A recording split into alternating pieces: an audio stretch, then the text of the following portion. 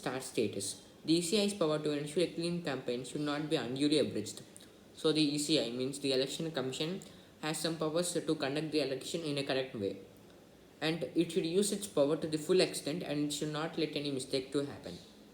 The Supreme Court stay on the revocation of the status of former Madhya Pradesh Chief Minister Kamal Nath as a star campaigner for the Congress brings to the fore the power of the Election Commission of India and its role in ensuring a clean campaign. So the Election Commission had taken away the special status of the former Chief Minister, who is also known as the star campaigner and whose real name is Mr. Kamal Nath. So this shows us that how powerful election commission is, and how determined it is to conduct the elections in the correct way. Chief Justice S.A. Bobde appeared convinced that the ECI has no such power and ordered a stay on its order. So, one Chief Justice S.A. Bobde, Mr. S.A. Bobde, he thought that the Election Commission should not be having such high powers. Mr. Nath earned the ECI's rebuke after a distasteful personal remark about a BJP woman candidate while campaigning for a by-election to the Madhya Pradesh to the Madhya Pradesh Assembly recently.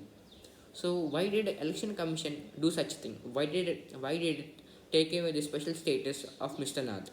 The reason is that the reason why Mr. Nath was rebuked by ECI. Rebuked means scolded or scolded. The reason is that Mr. Nath had he has not behaved properly with a woman who was candidating to the Madhya Pradesh Assembly, and it happened recently.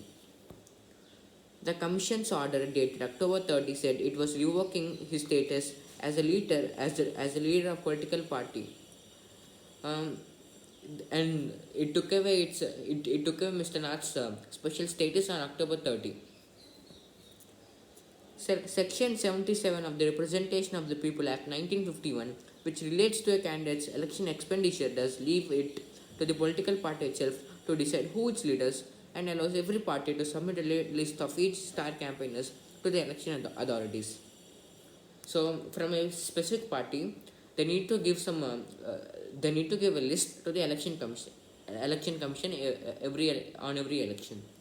This list should consist of the star campaigners of that particular party, and the star campaigners won't have any personal expenditure. All the expenditure which they sum up will be paid by the party itself.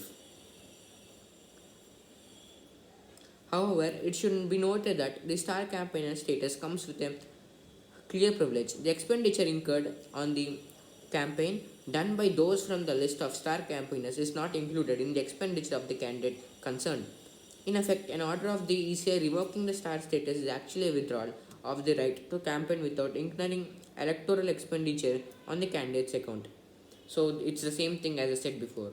It says that the while the parties are giving the list, they should be very careful because it's not some simple list. It's the people who are in that list will get some special privileges.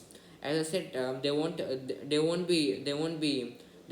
have to pay for the expenditure which they sum up for themselves. Instead, their party should pay it.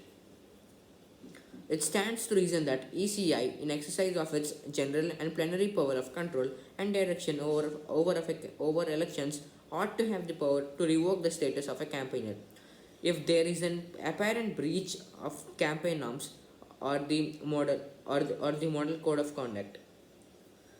So the Election Commission has such powers, and the author says that yes, it should have such powers because if someone does not obey the laws of the elections or breaches the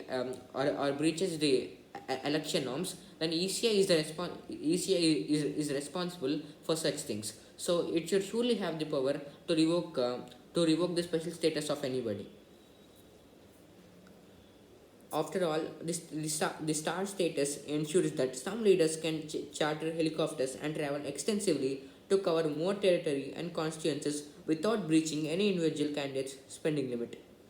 Another major problem of this is that if there were no powers for the ECI, the campaigner or the special status member, he could just hire a helicopter and he could go endlessly.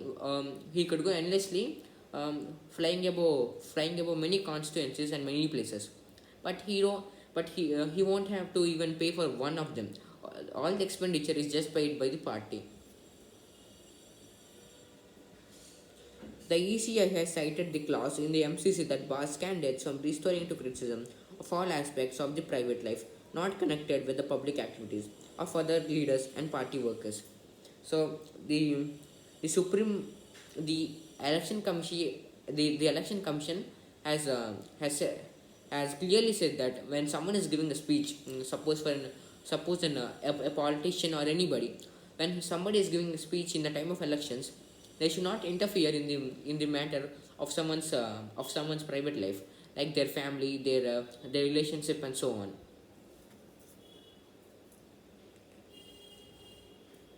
Even though the model code is not salutary, it has been generally recognized that the election watchdog should have some means of enforcing its norms.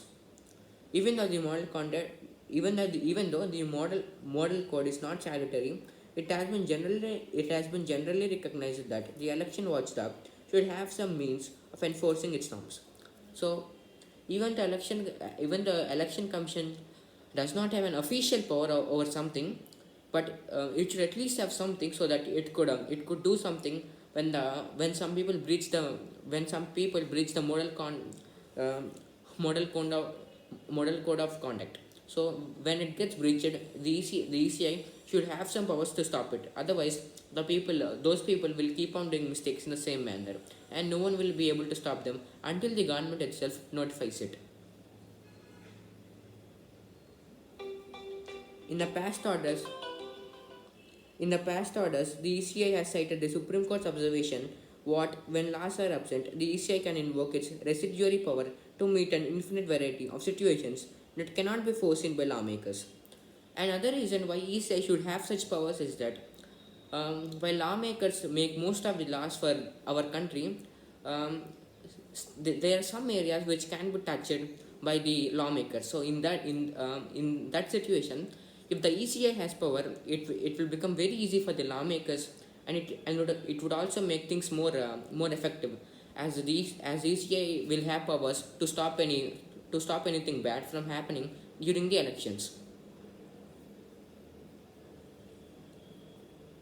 It is indeed debatable whether the ECI has been exercising its powers in an even-handed way in the recent years. So, um, it's very debatable to say that ECI has used such powers in previous years. No one knows it, and only some people know it. So, it is obviously very debatable to say anything for sure. However, it is equally important that the ECI's power to enforce poll norms and clean campaigns is not unduly abridged. So, even though it has powers or not, it should conduct the elections in a correct way, because um, conducting the elections in a correct and clean way is its job. Thank you.